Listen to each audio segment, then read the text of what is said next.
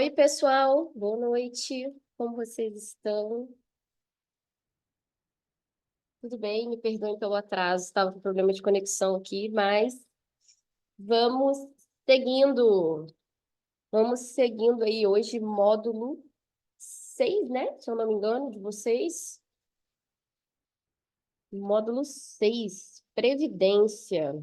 É um módulo que eu, particularmente, gosto bastante.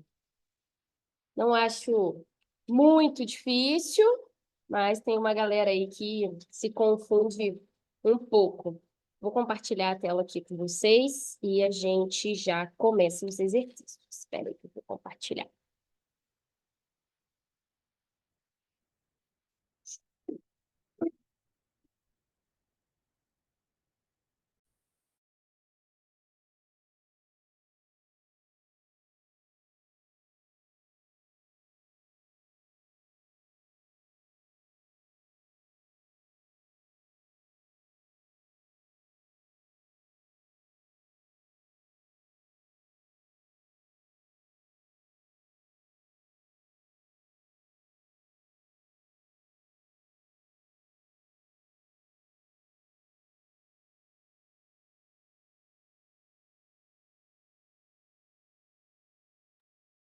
Apareceu aí para vocês? Acho que sim, né? Deixa eu abrir o chat aqui. Chegando aos momentos finais, hein, galera? Próximo de terminar. Vamos seguindo aqui. Deixa eu abrir aqui de novo. Vamos continuando. Essa posição aqui fica melhor também. Vamos seguindo aqui. Podem ir conversando comigo, tá? Compartilhando as respostas aqui no chat, que está aberto para mim. E dúvidas podem me interromper, fiquem à vontade. Tranquilo? Então, vamos lá. Além da seguradora, um cliente que adquire um plano de previdência complementar aberto pode colher informações em qual órgão competente. O que é importante a gente saber aqui? Às vezes a gente acaba ficando um pouco em dúvida, né, em relação às previdências. No Brasil, nós temos dois tipos de previdência, né, que é a PGBL e a VGBL, mesmo que elas aconteçam em entidades abertas e fechadas. E quando a gente fala de previdências do tipo abertas, que são aquelas que a gente negocia ali no banco, com o nosso corretor de seguro, enfim, a gente está falando exatamente de uma espécie de seguro no Brasil. Então, as previdências complementares do tipo abertas são consideradas no Brasil uma espécie de seguro, diferente das previdências fechadas, tá? Que são aquelas que são limitadas às organizações. Somente os funcionários participantes de determinadas organizações que possuam esses planos de previdência do tipo fechadas é que vão ter acesso, tá? Como tem a dos Correios, como tem a da Petrobras, como tem a do Banco do Brasil, né? Tem a Postales, a Petros, enfim. Das instituições financeiras também, normalmente quem está empregado aí nos bancos, enfim, corretoras, cooperativa de crédito, então costumam ter essas previdências também à disposição, beleza? Então, se eu estou falando aí de um plano do tipo seguro, quem que é o órgão que cuida de seguros no Brasil? Previc, CNPC, que é Conselho Nacional de Previdência Complementar, SUSEP, Superintendência Seguros Privados no Brasil, ou CMN, que é o Conselho Monetário Nacional. A Jéssica já respondeu aqui para a gente, letra C. Perfeito. É a SUSEP que vai cuidar dessa parte para a gente. Beleza? Vamos lá, próxima. Uma diferença entre o Plano Gerador de Benefício Livre, PGBL, e o Vida Gerador de Benefício Livre é o fato de que, no VGBL é possível deduzir até certo limite o valor das contribuições da base de cálculo do IR na declaração anual do imposto de renda da pessoa física. B. No PGBL, é possível deduzir até certo limite o valor das contribuições da base de cálculo da declaração anual do imposto de renda. PGBL é repassado ao participante todo o rendimento obtido durante o período da acumulação. No VGBL, é repassado ao participante todo o rendimento obtido durante o período da acumulação. Dessas alternativas aí, qual que está certa? Primeira coisa, né, que ele está falando aí para a gente, em relação à dedução da base de cálculo do imposto de renda. Qual é o plano de previdência que nos permite fazer isso? PGBL ou VGBL? PGBL. Beleza? Perfeito. É ele que nos permite fazer esta dedução do imposto de renda na base de até 12% da renda bruta anual tributável do participante. E o PGBL também, para ele ser aplicado, né, a gente não pode esquecer que o participante precisa seguir alguns requisitos também, né? Então, o participante tem que fazer declaração completa de imposto de renda, ele tem que contribuir ou ser participante do INSS obrigatoriamente, né? E ele também vai pagar imposto de renda sobre todo o valor acumulado, não somente sobre o rendimento, como acontece no VGBL, tá? Às vezes a gente fica com a ideia na cabeça de que, como o PGBL vai tributar todo, né, sobre todo o capital, inclusive o rendimento, a gente fica às vezes um pouco na dúvida de recomendar aquilo para o cliente ou não, né, por conta do imposto de renda, mas a gente precisa, de fato, fazer conta com o cliente e entender. Em alguns casos, sim, o PGBL vai ser mais vantajoso para o cliente, principalmente para clientes que possuam alta renda e tenham alta capacidade de poupar esta renda, né? Porque ele precisa guardar para fazer sentido ali os 12%, senão acaba não fazendo muito sentido o cálculo, a gente precisa colocar isso no papel para poder recomendar para o nosso cliente. Beleza? Perfeito, alternativa correta, letra B. Do PGBL, do P de pedigree, perfeito, Jéssica, que é a galera que tem muita grana, né? A gente consegue deduzir até o volume de 12% de toda a renda bruta anual tributável do cliente. Perfeito, letra B. Vamos lá, próximo. Na declaração do imposto de renda, o PGBL é indicado em qual categoria? Bens e direitos com ajuste na ficha de resgate, pagamentos efetuados com ajuste na ficha para resgates, pagamentos efetuados sem ajuste na ficha para resgates, bens e direitos sem ajuste na ficha para resgate. Qual dessas alternativas aí tá certinha?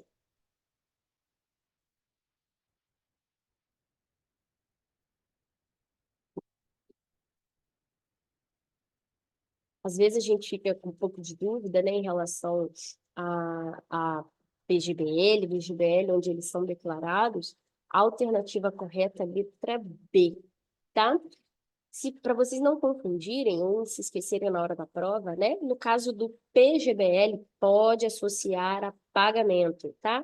O P de PGBL com o P de pagamento. É ali que a gente vai lançar, com ajuste na ficha para resgate, tá? O VGBL é lançado na aba de bens e direitos, porque são duas situações diferentes, tá bom? O PGBL entra em pagamento efetuado porque é como se o cliente tivesse gastado aquele dinheiro adquirindo algum produto com alguma simulando, né, a dedução com saúde, educação, enfim. Então, vai entrar ali naquele montante. E no caso do VGBL, como o capital não é tributável, somente o rendimento, entra como bens e direitos ali do nosso cliente. Tá? Alternativa correta, letra B. Número 4. Existem diferentes períodos em um plano de previdência. Qual dentre as relações abaixo define corretamente a denominação de cada um? Período de cobertura, 2, período de diferimento, 3, período do benefício. 1. Corresponde aos períodos de contribuição ou de recebimento de renda, compreendido entre a data de início da vigência da cobertura por sobrevivência e a data contratualmente prevista para início do pagamento do benefício, aquele em que o assistido fará jus ao recebimento da renda, podendo ser vitalício ou temporário. Os respectivos períodos e suas definições são. O que vocês acham aí?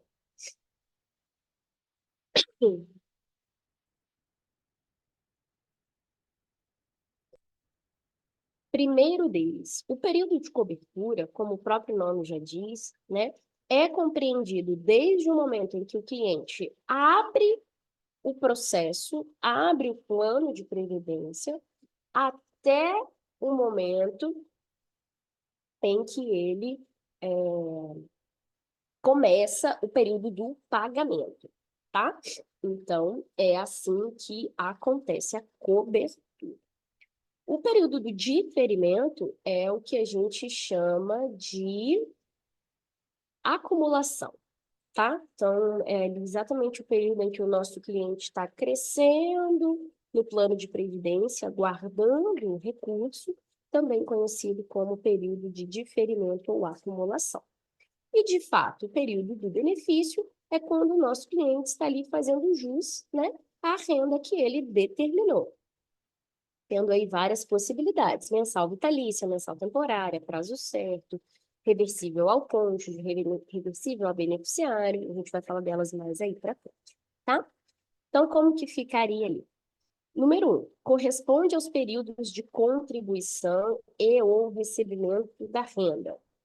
Isso aí é exatamente o período de cobertura, né? Que é desde o momento em que o cliente abre o plano até o momento em que ele tem o recebimento da renda.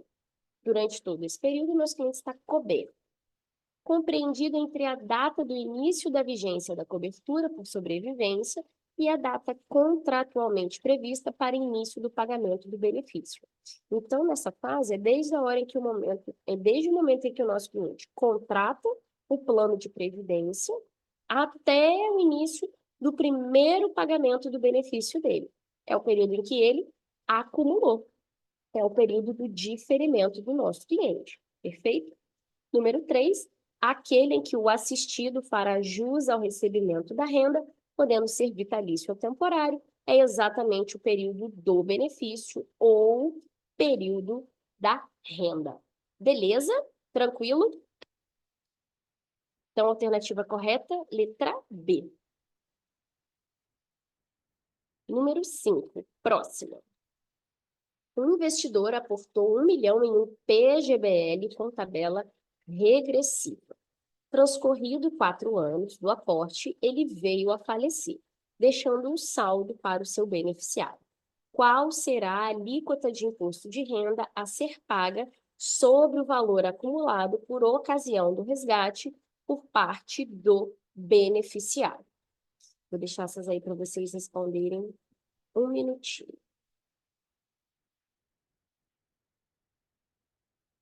Deixem a respostinha aqui no chat para mim.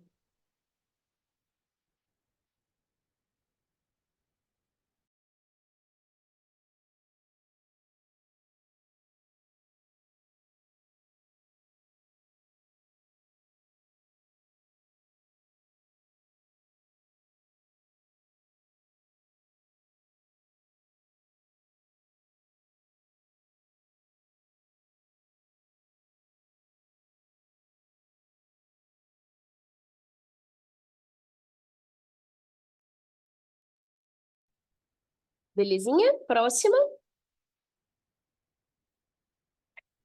O que que acontece nesse caso, né, gente? Quando a gente tem um beneficiário, um investidor, né, um dono de certificado, que falece nos primeiros 6 anos do início do aporte da sua previdência, tá? Sendo PGBL ou VGBL, isso não faz diferença. A tributação que vai incidir do ano 0 até o ano 6 é de 25%. Essa é a alíquota, tá? Transcorridos 6 anos, aí sim a tabela vai continuar seguindo, que é a tabela regressiva começa em 35% e a cada 2 anos ela diminui 5% até depois de 10 anos chegar na alíquota mínima de 10%. Então, entre o ano 0 e o ano 6, a alíquota padrão em caso de falecimento que vai incidir para resgate por parte do beneficiário é de 25%, tá? Não é ali a gente fazendo a conta do regressivo para trás.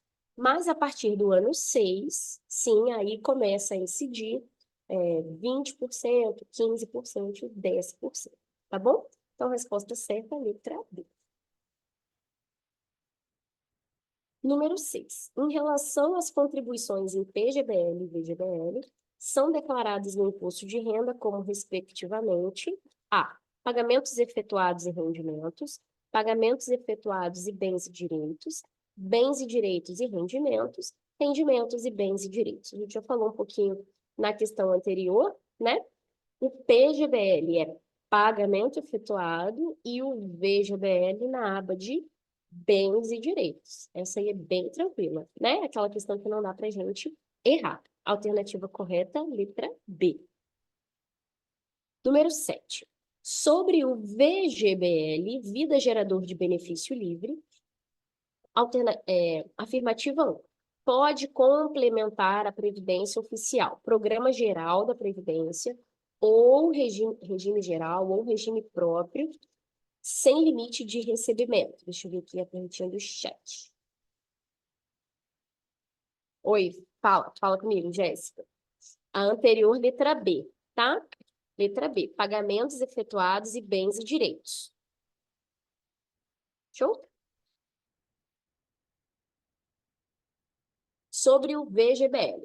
Pode complementar a Previdência Oficial, regime geral ou regime próprio de Previdência Social, sem limite de recebimento. 2. Pode deduzir do imposto de renda sem limite máximo. 3. Pode oferecer uma renda mensal vitalícia ao assistido. Está correto o que se afirma em: o que o Vida Gerador de Benefício Livre pode fazer pelo beneficiário? Pode completar a Previdência Oficial? Com certeza, né? Ele pode ter aposentadoria do INSS ou de algum regime próprio, seja militar, regime de tribunais, né? Políticos, essas coisas. Ou também ter o recebimento da previdência privada, em que ele juntou o dinheiro ali a vida inteira, e na aposentadoria ele vai fazer jus à utilização desta renda. Então, a alternativa correta, número 1, com certeza. Número 2, pode deduzir do imposto de renda? Não. PGBL não deduz do imposto, né? Isso é uma característica do PGBL, não do VGBL. Então, 2, errada. 3, pode oferecer renda mensal vitalícia para o assistido? Claro que pode, né? Sem problemas nenhum. Quando chegar o momento do recebimento da renda, quem vai decidir o tipo de renda é o próprio beneficiário, tá bom? Então, alternativas corretas 1 e 3. O que está correto se afirma na letra B, 1 e 3. Tranquilo? Número 8. Um cliente possui um PGBL de tábua atuarial até 2000. Analisando o plano do cliente, um consultor de investimentos deveria recomendar migrar para outro plano desde que o plano possua. Só uma curiosidade, gente, essa questão da tábua atuarial, o número dela, quer dizer o ano em que ela foi criada, tá? Então, a AT2000 é uma atuarial de 2000, do ano 2000. E o que ela traz para a gente? O que essa questão atuarial traz para nós? Ela serve de base para as seguradoras, né, para as instituidoras de plano, enfim, elas definem, através dessas tábuas, a expectativa de vida da população. Então, quando um cliente opta, e exclusivamente nesse caso, pela renda mensal vitalícia, tá, que é aquela que, enquanto houver vida, haverá renda, é ela que é a balizadora para as instituidoras dos planos, as seguradoras, tá? Fazerem o cálculo da expectativa de vida do participante para que ela faça a divisão ali, mais ou menos, para ela não errar o cálculo de quanto aquela pessoa acumulou, quantos anos ela tem e qual é a expectativa de falecimento desta pessoa. E aí a seguradora faz o cálculo e define, fala, olha, você, com o valor que acumulou, tem direito a um recebimento mensal de 15 mil reais. Depois desse prazo, a seguradora espera que o participante faleça, tá? Por quê? Quando ele opta por renda mensal vitalícia, enquanto o participante for vivo, a instituidora do plano é obrigada a honrar o pagamento. E depois que encerra o saldo dele, começa a sair, entre aspas, do bolso da seguradora, tá? Então, ali, quando ela erra na expectativa de vida, o prejuízo fica para ela, porque o optante, o participante, optou por renda mensal vitalícia. Da mesmíssima maneira que, se o participante morre antes do final da renda, né? Ou seja, ele pode ter R$ 1 milhão e ter recebido por um mês, um ano. Todo saldo acumulado fica para a seguradora, tá? Em caso de renda mensal vitalícia, não existe reversão ao beneficiário, tá? Fica para a seguradora mesmo. Então, vamos lá. O nosso cliente tem um PGBL de uma tábua atuarial até 2.000. E ele está com um consultor de investimento que deveria migrar, né? Recomendar uma migração de previdência desse plano. Em que caso? Letra A, possuir menor taxa de administração, menor taxa de carregamento e consiga pelo menos manter a mesma tábua atuarial. B, menor administração, menor taxa de carregamento e obrigatoriamente migre para uma tábua atuarial mais antiga. Mesma taxa de administração, tábua atuarial mais recente e menor taxa de carregamento. Maior taxa de administração, menor carregamento e desde que consiga migrar para uma tábua atuarial mais antiga. Primeira coisa, se eu estou indicando ao cliente uma migração, eu quero reduzir o custo dele. Então, menor administração e menor taxa de carregamento.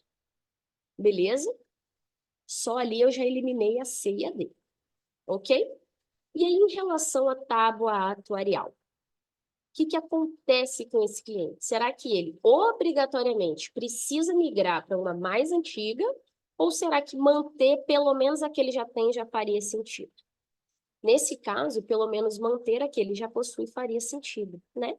Ele já teria redução de custos, migrando para uma taxa de administração mais barata e uma taxa de carregamento mais barata, tá bom? Então, a alternativa correta, letra A. Menor administração, menor carregamento e consiga, pelo menos, manter a mesma tábua atuarial. Beleza? Número 9. Um cliente que hoje faz declaração de ajuste do IR no modelo simplificado possui despesas dedutíveis na base de cálculo no valor de 18% da sua renda tributável. Ele deseja poupar cerca de 10% da sua renda anual. Total. Qual a melhor recomendação? Fazer um VGBL migrar para essa declaração simplificada, fazer um PGBL manter a simplificada, fazer um VGBL mudar para a declaração completa, fazer um PGBL e mudar para a declaração completa. O que faz mais sentido aí para esse nosso cliente? Ele tem como poupar a renda. Primeira coisa que eu vou indicar para ele.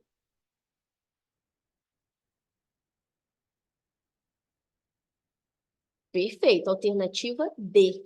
Fazer um PGBL e mudar para a declaração completa, tá?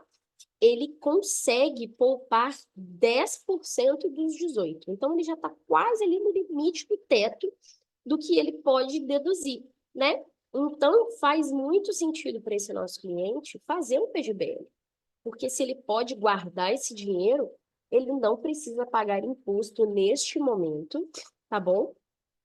Em relação a esta renda. E uma coisa importante também, gente, a questão do PGBL, né, não é que o cliente não paga imposto sobre o recurso, ele vai pagar o imposto lá na frente com uma alíquota menor. Se eu estou falando de um cliente de muita renda que tem como poupar, a gente está falando muitas vezes de um imposto na casa dos 27,5%, né? Então, se ele tem a possibilidade de poupar esse recurso, por que que hoje ele pagaria 27,5% se lá na frente ele pode pagar no mínimo 10%? Então, né?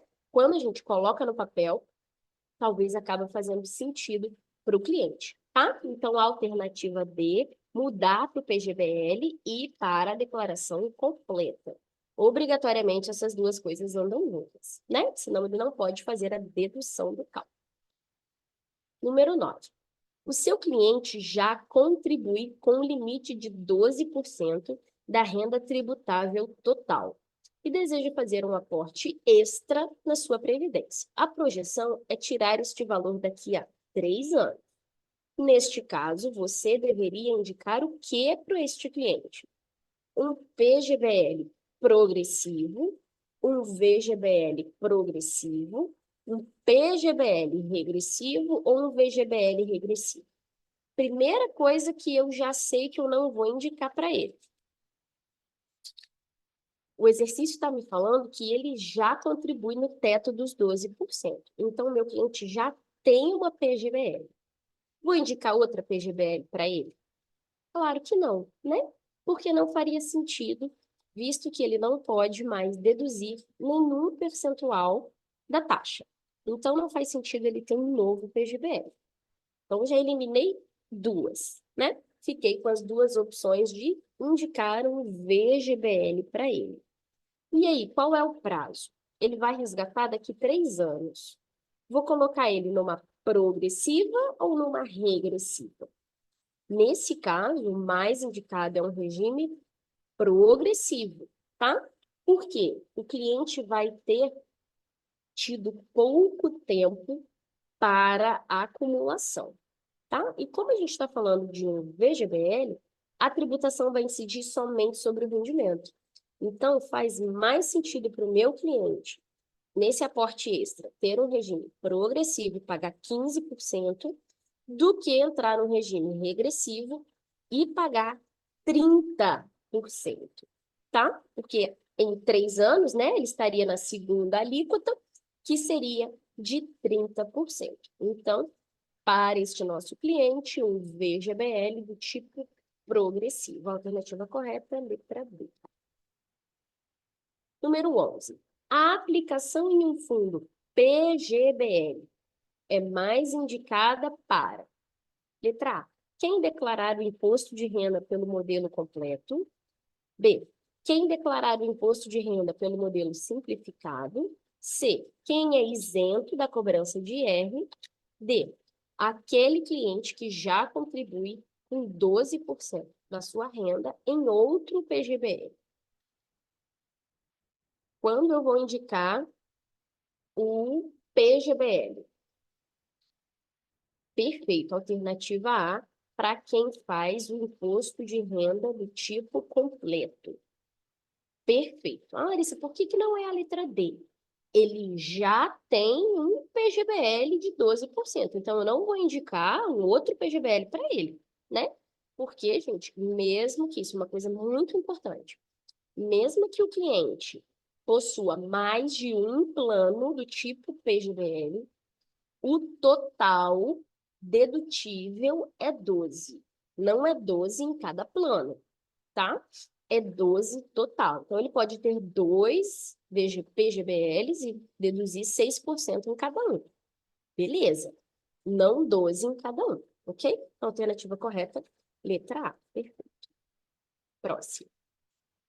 Número 12. O investidor que aplica em PGBL quer saber mais características deste produto. Além da instituição financeira, ele pode obter informações na CVM, no Bacen, no SPC, que é o Sistema de Proteção ao Crédito, ou na SUSEP. Como a gente já falou na primeira questão, as previdências abertas no Brasil, PGBL e VGBL, são consideradas seguros. Quem vai fornecer mais informação para esse nosso cliente? Perfeito. A SUSEP. Letra D. Ótimo. Isso já ficou bastante claro, né, para vocês. Número 13. Sobre a previdência privada, letra A. Para tratar-se de um investimento indicado para urgências de curto prazo. B. Tem a mesma tributação dos fundos de investimento. Letra C. Destina-se a complementar a previdência oficial e é indicada para um horizonte de mais longo prazo. Letra D. Trata-se de um investimento com altos retornos, indicado para investidores arrojados.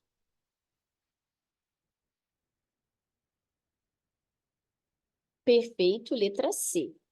A previdência privada destina-se a complementar a previdência oficial, que é o INSS, né?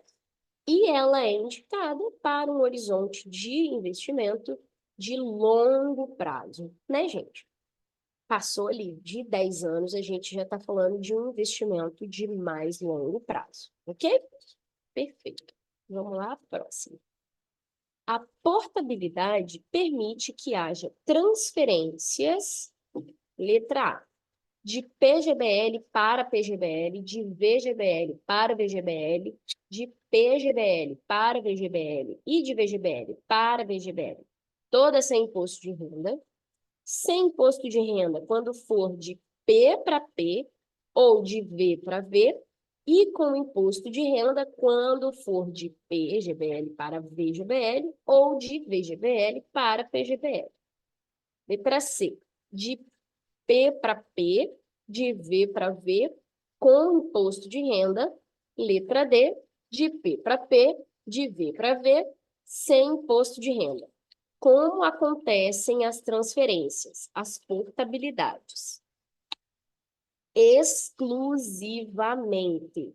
Um plano só pode ser portabilizado para outro plano idêntico, beleza? Então, eu só posso transferir de P para P e de V para V, sem imposto de renda. Imposto de renda só incide no resgate, ok?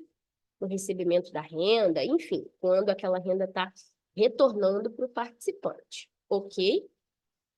Então, a portabilidade pode acontecer de instituições, entre instituições. Por exemplo, eu tenho um cliente trazendo do Itaú para o Bradesco, do Santander, Banco do Brasil, problema nenhum, entre instituições ou entre fundos dentro da mesma instituição. Pode acontecer a portabilidade de fundos, tá bom? Não tem problema. Nunca vai ter imposto de renda na portabilidade, beleza? E uma outra coisa muito importante também da gente deixar bastante claro, a Previdência tem sempre carência de movimentação de 60 dias. Então, você abre o plano, só consegue movimentá-lo daqui 60 dias. Você faz um resgate, só consegue fazer novos resgates daqui a 60 dias. Com as portabilidades, acontece da mesma maneira. Se você faz a portabilidade entre instituições ou entre fundos, a carência é renovada, tá bom? A carência só não muda quando a gente faz aporte. Então, se meu cliente todo dia fizer um aporte e o plano de previdência dele for lá do ano passado, ele pode resgatar a qualquer momento. Aporte não muda a carência. O que muda a carência é resgate, tá? E portabilidade. Vamos lá, próximo. Número 15. Em um PGBL, quando o cliente faz a opção pelo regime tributário compensável ou progressivo, que é a mesma coisa, no momento do resgate, a base de cálculo para a alíquota de 15% de imposto de renda retido na fonte, A, incide sobre a rentabilidade e é definitivo, incide sobre a rentabilidade e pode ter um valor adicional a ser pago na declaração anual do ajuste. C, incide sobre o total resgatado e pode ter um valor adicional a ser pago na declaração anual do ajuste do IR. Letra D, incide sobre o total resgatado e é definitivo. O que acontece nessa situação? Primeira coisa, eu estou falando de PGBL. O PGBL incide sobre o total, ok? Primeira coisa que eu vou observar é o tipo de plano. PGBL, incide do total, ok. Já eliminei duas, A e B. Beleza? Ali eu já acertei 50% da questão. Tranquilo?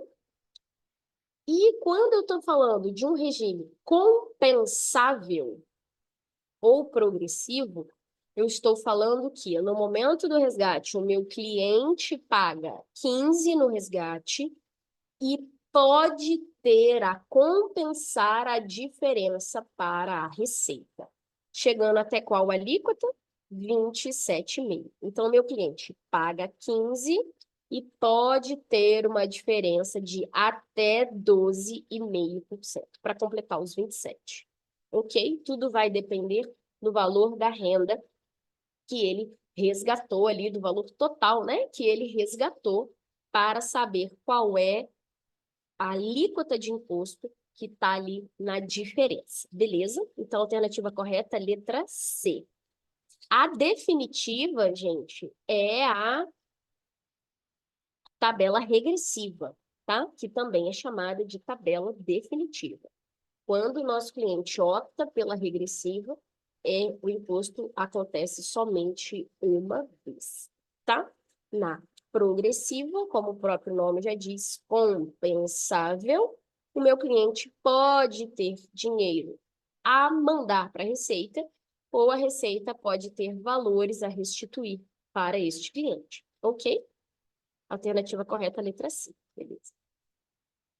Número 16. O participante havia aportado 80 mil em um PGBL e 3 anos depois faleceu deixando um saldo de 100 mil. O regime tributário escolhido à época da contratação do plano prevê tributação regressiva definitiva. Com o falecimento deste participante, a alíquota que será paga pelo beneficiário será de... A gente já falou disso na primeira questão, né? Numa das primeiras lá. Quando o nosso participante falece nos primeiros 6 anos, não importa o valor, tá? A alíquota de recebimento de imposto de renda para o beneficiário é de 25%. Não tem choro, não tem vela, tá? É isso aí mesmo. Então, o nosso cliente faleceu com 3 anos da abertura do plano, o beneficiário vai pagar 25% sobre os 100 mil deixados. Então, ali, a alternativa correta, letra B, de bolinha. Próxima, 17. Se um cliente possui um plano de previdência do tipo PGBL progressivo e quer migrar para um plano VGBL regressivo através de uma portabilidade. Neste caso, letra A, a portabilidade pode ser realizada, porém terá cobrança de imposto de renda no momento da realização da transferência. A portabilidade pode ser realizada e não haverá cobrança de imposto, pois não se configura resgate.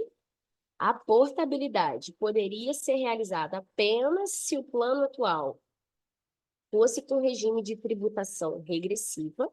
A portabilidade não pode ser realizada. Qual é a alternativa correta? Nosso cliente tem um P e quer migrar para um V. Ele pode fazer isso? Primeira coisa. Pode migrar de P para V? Não. Só ali já matou, né?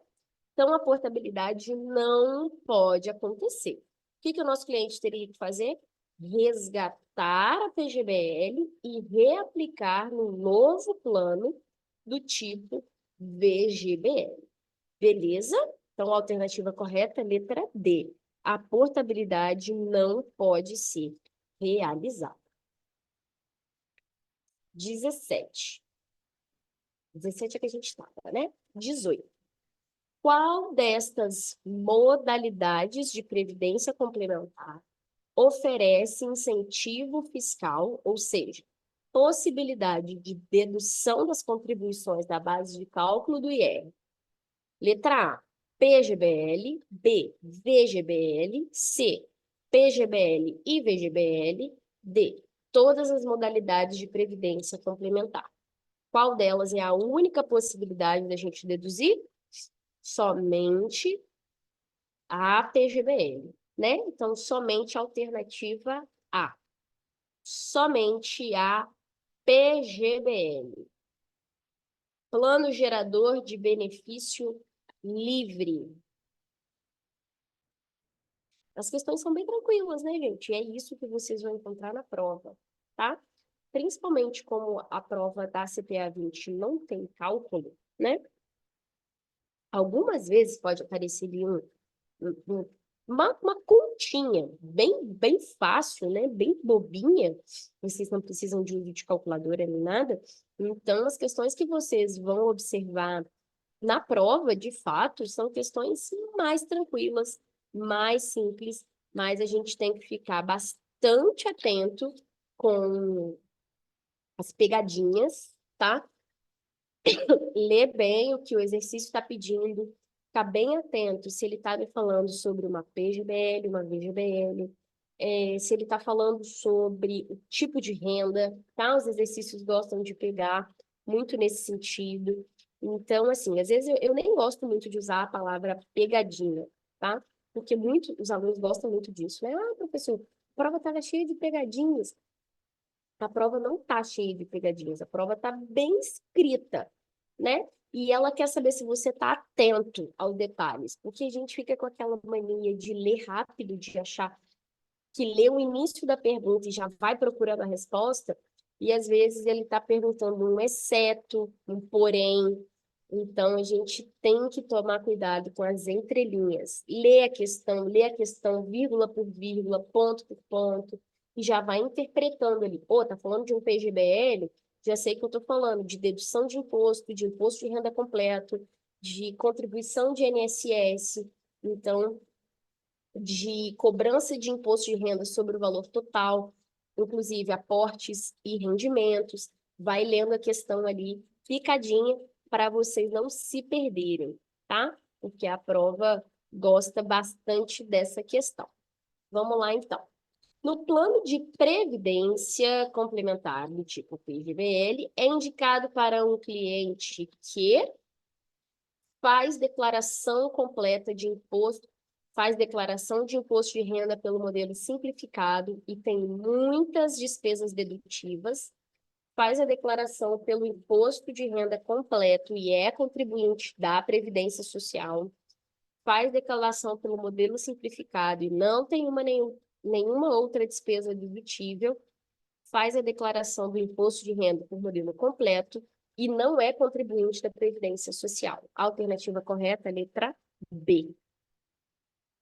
Obrigatoriamente, tá? Para o cliente fazer o uso do PGBL, ele tem que declarar imposto de renda de forma completa e ser contribuinte do INSS. Isso é regra, tá, gente? Ah, Lai, e se o meu cliente não fizer contribuições para o INSS? Ele não pode deduzir, tá? Ele pode ter um plano, só não vai poder deduzir. Então, acaba não fazendo muito sentido para os nossos clientes. Alternativa correta, letra B. Número 20.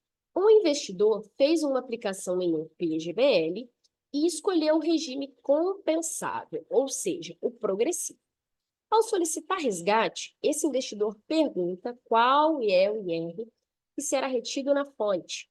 E você diz para ele que a alíquota será de sempre 15% sobre o valor total do resgate, sempre 15% sobre o valor do rendimento, pode ser de até 27,5%, depende do valor resgatado, pode ser até 27,5, depende do rendimento.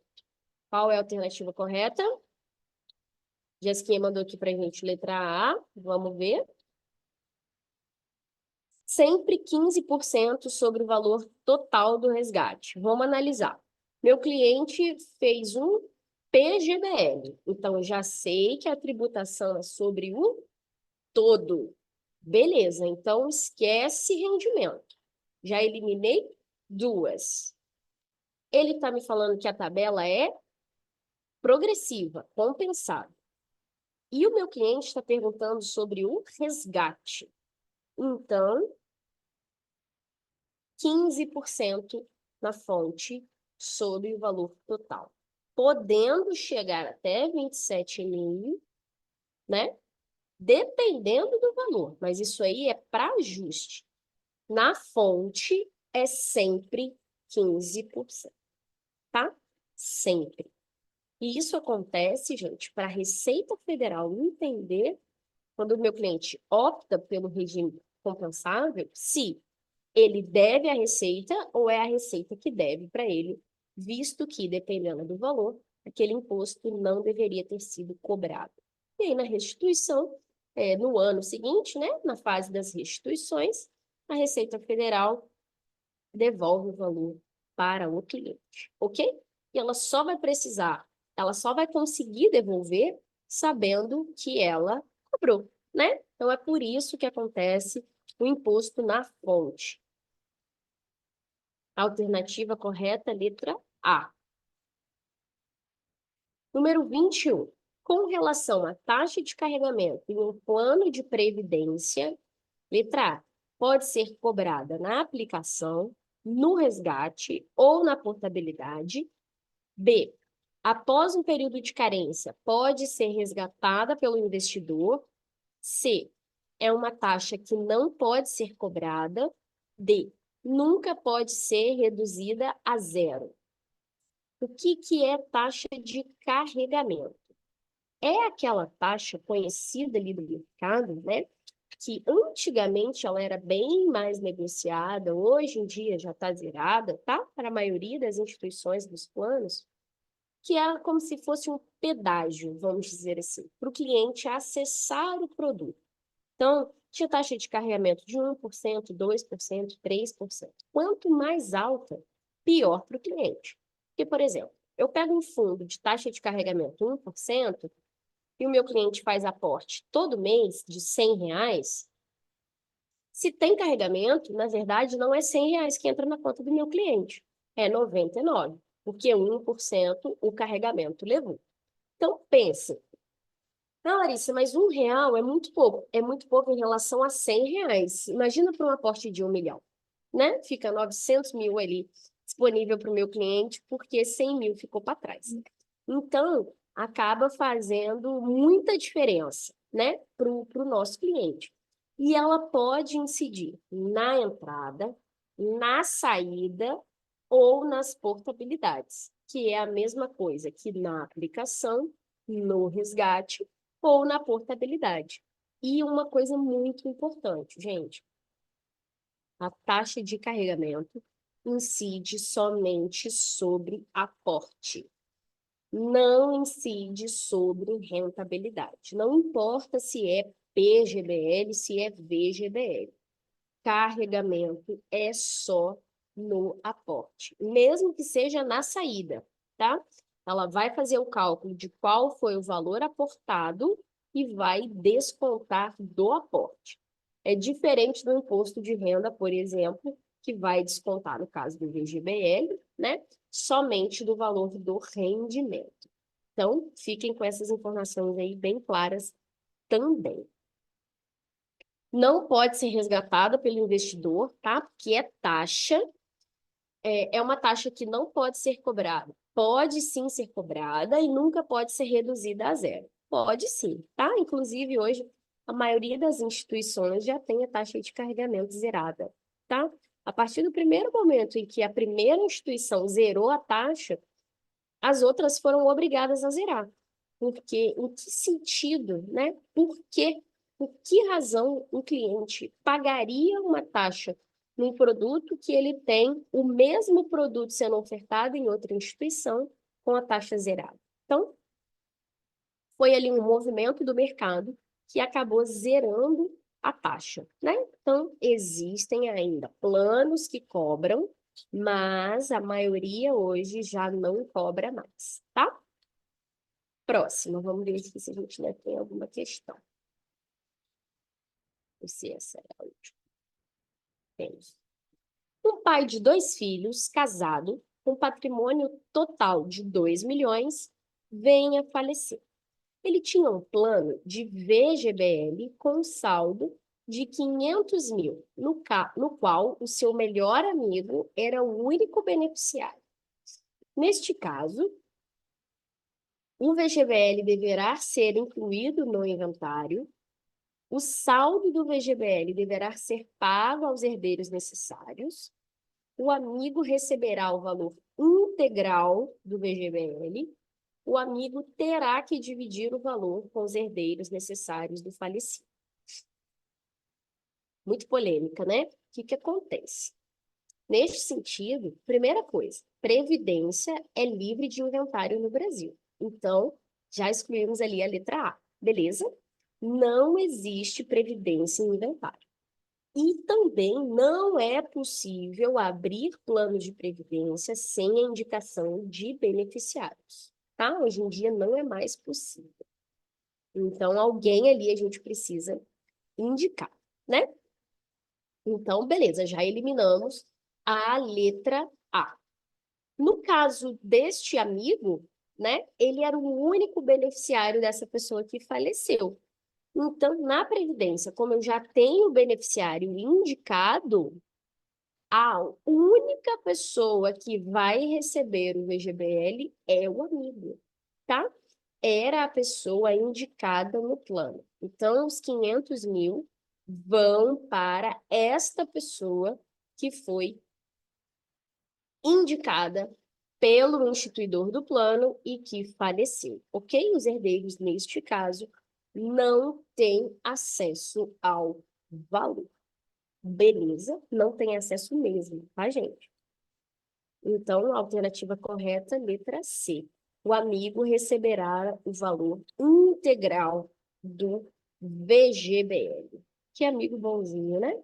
Que coisa boa. Então, aqui acho que é a nossa última questão. Mais um. Existem diferentes períodos em um plano de previdência. Qual, dentre as relações abaixo, define corretamente a denominação de cada um? Período de cobertura, período de diferimento, essa a gente já fez, né? Período do benefício. Corresponde ao período de contribuição ou de recebimento da renda, compreendido entre a data de início de vigência da cobertura por sobrevivência e a data contratualmente prevista para início do pagamento do benefício, aquele que o assistido faz jus ao recebimento da renda, podendo ser vitalício ou temporário. Então, né, a gente já fez essa questão ali anteriormente. Compreende os períodos de contribuição e recebimento. É o período da cobertura, compreendido entre a data de início de vigência da cobertura e o primeiro recebimento da renda é o diferimento ou acumulação, e aquele em que o assistido tem o recebimento do valor é o período de benefício ou período de renda. Então, ali corretamente, 1, 2 e 3, ok? Próxima. Questão 25. Um cliente contratou um VGBL e fez um aporte de recursos neste plano no mesmo dia. Ele poderá portar este recurso para o VGBL que ele possui em outra entidade de previdência, contados a partir da data de contratação, após o mínimo de... Já falei isso, né? Alternativa correta. Depois que o nosso cliente faz a abertura do plano, depois de quanto tempo ele pode movimentá-lo, migrá-lo, portabilizá-lo, resgatá-lo? A alternativa correta, 60 dias. Beleza? 2 meses, do início do plano até o fim da carência. 2 meses, 60 dias. Ok, perfeito, alternativa correta, letra B. Mais uma vez, a única coisa que não mexe na carência são os aportes. Resgate mexe, portabilidade mexe e a abertura, tá? Mesmo no momento da abertura, quando eu abro o certificado, ele vai ficar 2 meses em carência. Paradinho, não pode mexer em nenhuma circunstância, tá? Então, é muito importante quando a gente está indicando os produtos ali para os nossos clientes, né? Seja no cargo de assessoria de investimentos, como é o meu caso, no caso da gerência, no caso do corretor de seguro, enfim, quem lide com esse tipo de produto, né, para ofertar aos clientes, é muito importante a gente saber qual é a capacidade de liquidez que esse cliente possui com a gente ou fora da nossa instituição e qual é a necessidade de liquidez que ele pode eventualmente ter, né? Para a gente não imobilizar o patrimônio total do cliente, mesmo que ele diga para a gente que pode imobilizar, tá? A gente nunca pode fazer isso, tá, gente? Principalmente porque a gente precisa respeitar, além do perfil de investidor, né, as distribuições ali em relação ao perfil de cada cliente. Então, a gente nunca, a não ser que o cliente dê certeza para a gente que ele tem liquidez em uma outra instituição, de um outro recurso, ele fala, ó, eu tenho de onde tirar. Eu tive um caso hoje, assim, na agência, um cliente chegou, ele já é um cliente idoso, de 82 anos, ele tem um valor bem pequeno aqui na agência comigo, e ele chegou determinado a colocar todo o saldo que ele tinha em conta em ações da Petrobras. E a gente conversou, explicamos as possibilidades da bolsa, ele nunca investiu em ações, é a primeira vez que ele está comprando, e ele falou, pode colocar todo o saldo. E ele, né, na conversa, a gente perguntou se ele tinha outros recursos fora, e ele disse que não teria problema nenhum em imobilizar, porque ele tinha recursos familiares, de filhos, enfim, se ele tivesse alguma necessidade, né, além de outros recursos em outras instituições. Então, seguindo essa maneira, o cliente deu carta branca ali para a gente seguiu com a compra do total de valor que ele tinha em conta corrente para a compra de ações da Petrobras, tá? Só para mim, Larissa, mas ações você pode vender a qualquer momento. Sim, você pode vender a qualquer momento. Mas o problema das ações é o risco de mercado, né? Principalmente quando eu estou falando ali de ações da Petrobras, ações, né? Já voltando lá na matéria, a ação não tem risco de crédito, tá, gente? Ações só tem risco de mercado e risco de liquidez. Então, a Petrobras, neste caso, não incorre muito em risco de liquidez, porque ela é uma ação extremamente negociada, mas incorre muito no risco de mercado, né? Que é a volatilidade. Então, hoje ele colocou um valor X, no momento em que ele precisar de saldo, pode ser um saldo menor.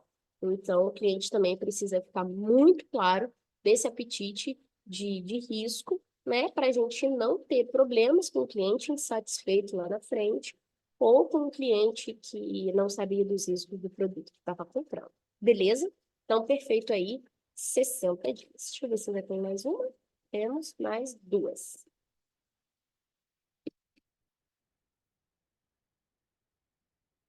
Em relação à taxa de administração de um fundo de previdência, só é cobrada se o fundo tiver rentabilidade positiva, afeta a rentabilidade do fundo de previdência, a rentabilidade divulgada de um fundo de previdência é sempre líquida da taxa de administração, é a remuneração da entidade de previdência. Sobre as alternativas aí, o que acontece? Taxa de administração só é cobrada se o fundo for positivo? Não. Taxa é taxa, né, gente? O fundo performando bem ou mal, a taxa de administração é cobrada, né? Quando o fundo tem rentabilidade positiva, pode acontecer taxa de performance, tá? Pode acontecer. Desde que fique muito claro isso especificado e que ele, o fundo respeite a linha d'água, né? Que é muito importante também a gente ter conhecimento. Então, a número 1 está errada. Afeta a rentabilidade do fundo? Afeta, né? Porque quando eu divulgo a rentabilidade, a taxa já foi descontada. Então, afeta sim. Alternativas 2 e 3, corretas. É a remuneração da entidade de previdência? Sim. É dali que a entidade de previdência tira recursos para pagar o gestor, para pagar o auditor, né, que é contratado. Todas ali as custas processuais da instauração do plano, CVM, todo o registro, cartório, tudo aquilo ali é tirado do valor da taxa de administração, além de ser a remuneração do administrador, né? Que é a entidade de previdência. Beleza? Então, alternativas corretas 2, 3 e 4. Correta letra C. Tranquilo? Tranquilo, né?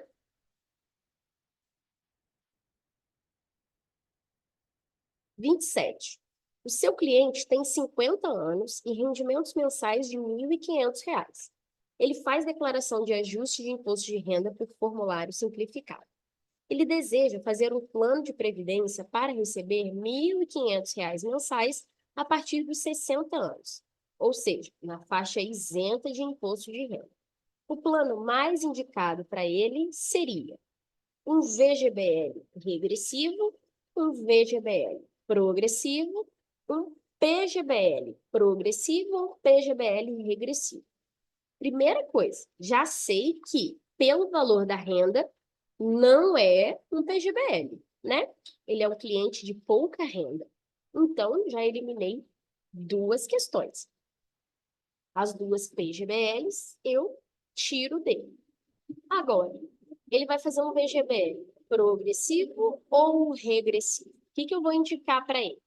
Ele deseja ficar na faixa de isenção do imposto. Então, eu vou indicar para ele um VGBL do tipo... Ele vai levar 10 anos para receber, né? Dos 50 aos 60. Então, beleza, vai ficar ali acumulando 10 anos. Mas R$ 1.500 ainda está na faixa de isenção. De qual tabela? Da progressiva, né? Então, ali, foi até ajustada agora recentemente no início do ano, né? A tabela de imposto, se eu não me engano, está em 2.200 e pouquinho, acho que quase 2 salários mínimos, a faixa de isenção do imposto. Então, eu vou indicar para o meu cliente uma VGBL progressiva, tá? Eu não vou indicar a regressiva porque o meu cliente vai, mesmo depois de 10 anos, pagar 10%. E 1.500 está na faixa isenta. Então, eu vou deixar ele na faixa isenta de imposto. Por isso é que ele vai fazer um progressivo, ok? Mesmo que você fale para mim, ai, Lari, mas vai ter sempre 15% no resgate. Lembra que eu falei na questão anterior que a Receita só sabe que ela tem que devolver se ela cobrar? Então, sempre que ele declarar no imposto aquele recebimento, a Receita Federal vai restituí-lo daquele imposto que não deveria ter sido cobrado, ok? Por isso é um VGBL progressivo, não é regressivo, tá? Cuidado com essas pegadinhas na prova. Olhou a idade, já chutaram direto regressivo, tá? Tomem cuidado com isso. Acho que é a nossa última questão. Temos mais duas. Um investidor se aposentará daqui a mais de 10 anos e faz a declaração completa de imposto de renda. Ele decidiu contribuir por pelo menos 10% da sua renda tributável anual para completar a aposentadoria. Esse investidor deveria ser orientado a aplicar em quê? A resposta já está extremamente clara, né, gente? Ele já faz declaração completa e ele pode poupar 10% da renda. Já matou a pau, né? É PGBL. Daqui quanto tempo ele vai utilizar? Mais de 10 anos. Então, se o cara tem a capacidade de poupar, eu já estou imaginando que é uma pessoa de muito recurso, bastante renda. Então, se ele tem pedigree, eu vou indicar para ele uma tabela de rico, que é a regressiva, ok? Então, ele vai fazer um PGBL do tipo regressivo. Beleza? Dá para entender? Como ele vai ficar mais de 10 anos e ele tem muita renda, ele faz declaração completa de imposto e vai poupar 10%, ele já está no PGBL. Se eu coloco ele numa tabela progressiva, ele vai pagar 27,5% lá na frente. Mas se eu coloco ele na regressiva, ele vai pagar 10% sobre o total, tá? Não esquece que é sobre o total, porque ele está fazendo um PGBL. Então, faz sentido ali uma PGBL regressiva. A alternativa correta, letra B. PGBL regressiva. Nossa última questão. Márcio acumulou R$ 290 mil e decidiu se aposentar aos 55 anos, obtendo uma renda vitalícia de R$ 5.500 mensais por mês em um plano do tipo PGBL. Porém, Márcio faleceu 2 anos depois de começar a receber a sua renda vitalícia. Desta forma, o plano de aposentadoria de Márcio garante que a renda acumulada por ele vire renda vitalícia para as pessoas apontadas no plano, B, passe integralmente para a administradora, C, passe para as pessoas apontadas no plano e encerra-se a conta, D, seja dividida entre herdeiros legais de Márcio, conforme o testamento ou processo de inventário. O que acontece ali quando o meu cliente que tem renda mensal vitalícia contratada já está recebendo a renda, falece? Todo o saldo remanescente fica para a administradora do plano. É o que eu estava explicando lá na questão da tábua atuarial, tá? Então, é o cálculo ali que a administradora fez em relação ao que ele tinha guardado, né? E a idade em que ela tinha a expectativa de que ele falecesse. Então, ele ficou ali com uma renda de R$ 5.500. Só que ele faleceu muito antes da expectativa da seguradora, né? Da administradora ali, por N causas, tá, gente? Isso aí não importa. E como ele tinha a mensal vitalícia contratada, que é aquela em que, enquanto houver vida, haverá renda, ele faleceu, a renda fica para a administradora. A alternativa correta é letra B, ok? Aqui é só um comparativo de tabela para vocês, tá? Em relação a imposto, como funciona a regressiva, como funciona a progressiva, beleza? Uma coisa importante sobre o tipo de renda, gente, as mais comuns aí de aparecerem na prova são renda mensal vitalícia, renda mensal temporária e renda mensal prazo certo. Na renda mensal vitalícia, se o participante falecer, acaba a renda. Enquanto ele viver, tem renda, tá? Na renda mensal temporária, fica a cargo do participante decidir qual é o valor que ele quer receber temporariamente. Então, fica naquela situação. Vai acabar o que acabar primeiro. Se o instituidor do plano falecer antes do fim da renda, a renda fica para a instituição, para a administradora. Se ele viver e a renda acabar, problema dele, tá? Problema dele. Ele já recebeu todo o recurso que ele tinha acumulado. Então, é lá 90 dias faltando para a data oficialmente contratada para recebimento da renda, ele decidiu uma mensal temporária. Então, ele falou, olha, eu quero receber R$ 10.000 por mês. Eu tenho 200 mil. Então, ele tem a expectativa ali de morrer rápido, né? Por quê? Se ele vive e esses 200 mil acabam, ele não tem mais R$ 1 de direito da seguradora, tá? Ele só teria direito se fosse uma mensal vitalícia. Então, existe renda enquanto existe dinheiro, ou vida. Acaba o que acabar primeiro, beleza? Na prazo certo, é a única que, se o cliente falece, ela vai ao beneficiário indicado pelo restante do prazo definido por ele. Ou seja, eu decidi receber a minha renda por 10 anos e morri com 5. Meu beneficiário, minha esposa, meu amigo, meu filho, vai receber a diferença dos 5 anos. Essa é a mensal prazo certo, ok? Existem outros planos em situações de reversível ao cônjuge, reversível ao beneficiário, mas essas situações em que a previdência vai passando eternamente acabam encarecendo muito os fundos. Então, eles acabam sendo pouco comercializados, tá? Mas existe, sim, a possibilidade reversível ao cônjuge, reversível ao filho.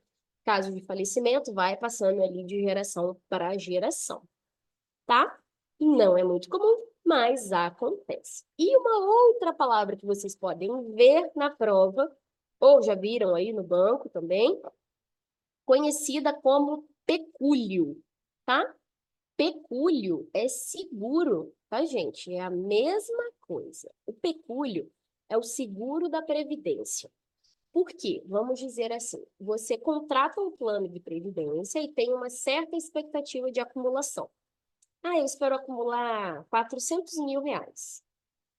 E decido contratar um pecúlio para que, caso eu faleça, caso eu não tenha capacidade de honrar com esta acumulação, eu tenha direito a esse seguro que cobre esse saldo para mim, tá? Mais ou menos ali um seguro de vida da Previdência. Então, eu não tive capacidade de honrar com as acumulações, eu faleci, eu sofri um acidente, alguma coisa assim, eu aciono o pecúlio e ele cobre o saldo para mim. Ele é debitado mensalmente da conta do participante, tá? Exatamente. Como um seguro de vida, um seguro de carro, ou a própria contribuição da Previdência. Então, o nosso cliente lá vê 2 débitos na conta. Um de contribuição previdenciária e o outro, né, vai aparecer como débito de seguro, é em relação ao pecúlio, tá? Pode acontecer. O pecúlio pode ser cancelado a qualquer momento do plano de previdência. Beleza? Tranquilo? Essa é a nossa última questão. Acredito que nossa última aula também. Não sei se eu tenho outra aula com vocês. Espero que tenha ficado bem claro, bem tranquilo.